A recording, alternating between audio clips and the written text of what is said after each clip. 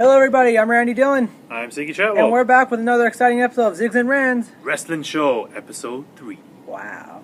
So Ziggs, did you watch Raw? I did. It was great, awesome, and amazing. But we'll get into that in a little bit. We're actually going to talk about Smackdown because they're continuing their momentum from last week, and that's great. But we just want to go over that because not a lot happened this week, but it was still good. No, fair enough, Ziggy. So the first thing is The Miz, he's on a bit of a tyrant. Talks smack to Daniel Bryan, then talks smack at the beginning of SmackDown. I kind of like it because The Miz is showing intensity. He's speaking the truth, and I think he's trying to bring some legitimacy back to the IC title. What do you think? Is. No, definitely, you're right. I mean, I know Triple H and everyone was saying they call this the reality era, but they've kind of walked away from that.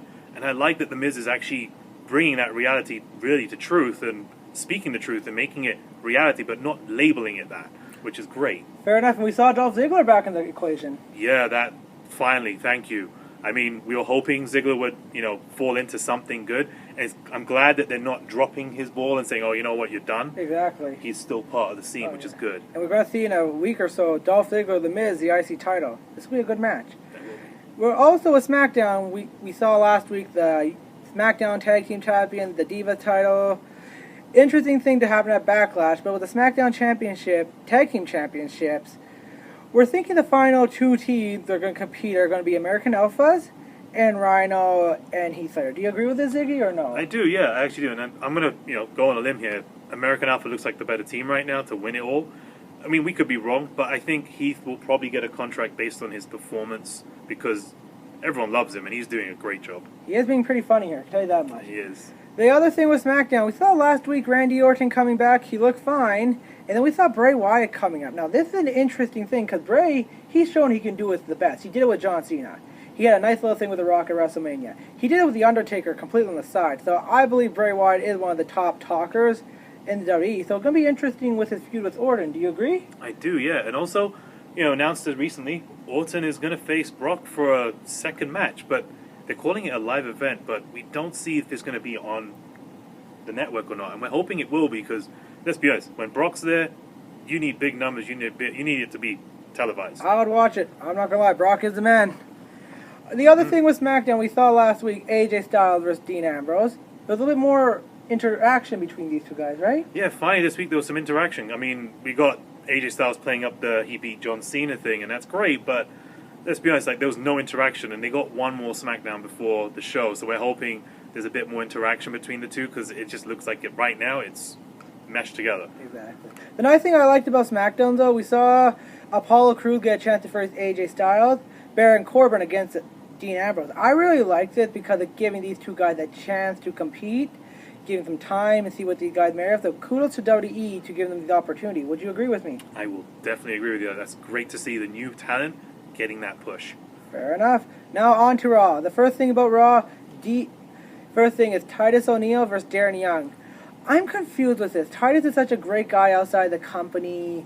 He's a big figure, and they're making him a heel. That doesn't make sense to me. I feel one should be on Raw, the other one on SmackDown. These both can be faces. Do you agree with me, Ziggy, or? Yeah, no, I do. I mean, as we said, Titus is, a big advocate outside of WWE. He has that advert with be a great dad and all that sort of stuff, and he's always up for the anti-bullying campaigns.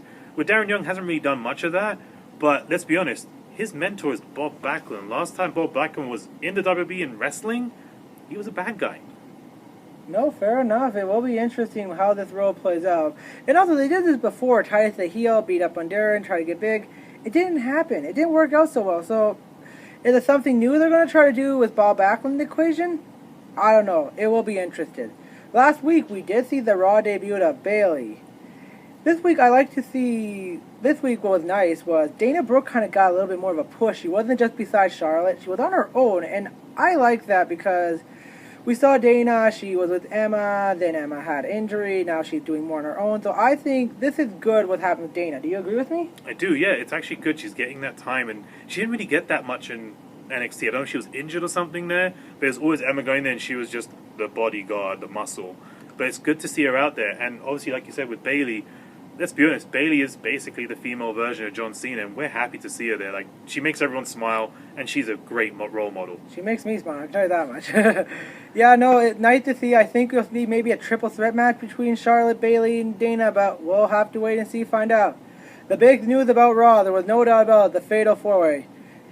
First off, we thought Big Cat's getting an opportunity on his own. I really like that. I thought he did a great job. He did, yeah. I mean, again, it's great to see the newer talent getting that push. You know, Big Cat's being in there. If he would have won it, that would have been the biggest shock in the world. But, yeah, he wasn't ready, and he's still part of the tag team. So it's good to see that push from him. Exactly, but the big news was Triple H coming out of nowhere and Kevin Owens winning the Universal Championship. We were happy. We wanted to see some new blood win the championship, and that was good. Kevin Owens showed when he first had his first match in WWE with John Cena and Raw. It was amazing. I couldn't believe it. He had a trilogy of matches with John Cena. Great. So for him getting this title, he's going to be good. He has the bad guy attitude. He's a great fit. I think he's going to do wonders as the Universal Champion. But I was kind of shocked seeing Triple H pedigree Seth Rollins. Did you? Or no? Yes and no. I agree with it. I mean, I kind of saw it coming, especially how Triple H's body language was in the ring. And let's be honest, Seth Rollins has the pedigree, which he took from Triple H. And let's be honest, he puts himself, and he rightfully does do this. He is arguably one of the best wrestlers in the world today. But he puts himself at a point where he puts himself on a pedestal above everybody. And I think that bugged Triple H a little bit, which is showing right now where Triple H pedigreed him. Yeah, we saw some tensions last year between Triple H and Seth Rollins before Seth got hurt. So were they going to build up to that point or no? We'll never know. But the interesting with this will be Triple H and Seth. These guys go back. Triple H handpicked him out of the Shield. He was champion for a long time. Interesting how the relationship going to be, because Stephanie looked surprised on Raw as well. She didn't see it coming. Yeah. And the other question we have as well, he pedigreed Roman Reigns. Now, what does that happen with Roman Reigns? Does that mean Seth and Rollins go back together? Roman goes back to Rusev and fighting him? That's strange with Roman, because the last time actually Triple H was in the ring, he fought Roman Reigns at WrestleMania. We haven't seen him since then. So it's interesting, where does Roman go from here? He does have a point. Does he go back to Rollins? Are we going to see kind of a mini Shield reunion? If we're going to have a mini, you might as well have all three back in the ring. I prefer together. But it will be interesting. But things are getting very interesting in the WWE at this moment. Raw at the end was just a shocker. I believe a lot of people around the world were shocked. SmackDown's been interesting as well. Some new talent, some new faces, some new stories. It's getting great. Do you agree with me, Ziggy, or no? I do, yeah. Actually, I'm enjoying this grand split. I thought it might be a bit of a, 50-50, but it's doing well. But I want to add one thing to this. On Raw, obviously, we saw Cesaro get, backdropped into the ring post. Now, we hope he's okay. We hope it's not an injury, but fair enough. I think it might be a work to sort of give Sheamus that 3-up in the next match, but I hope I'm wrong, and I hope he's going to win that match, and Cesaro's okay. What do you think, Randy? It's hard to say. The way he landed on his back leg on that ring post is hurt. Now, personally, I tried to train to become a wrestler. It did not go well, but those ring posts do hurt. So I don't know if Cesaro is hurt. I'm going to say he is just because how his leg landed, but we'll wait and see what happens. Hopefully a speedy recovery. Yeah, no. So we know Backlash is coming up in a few weeks. We'll have a little bit more into that upcoming for the next week.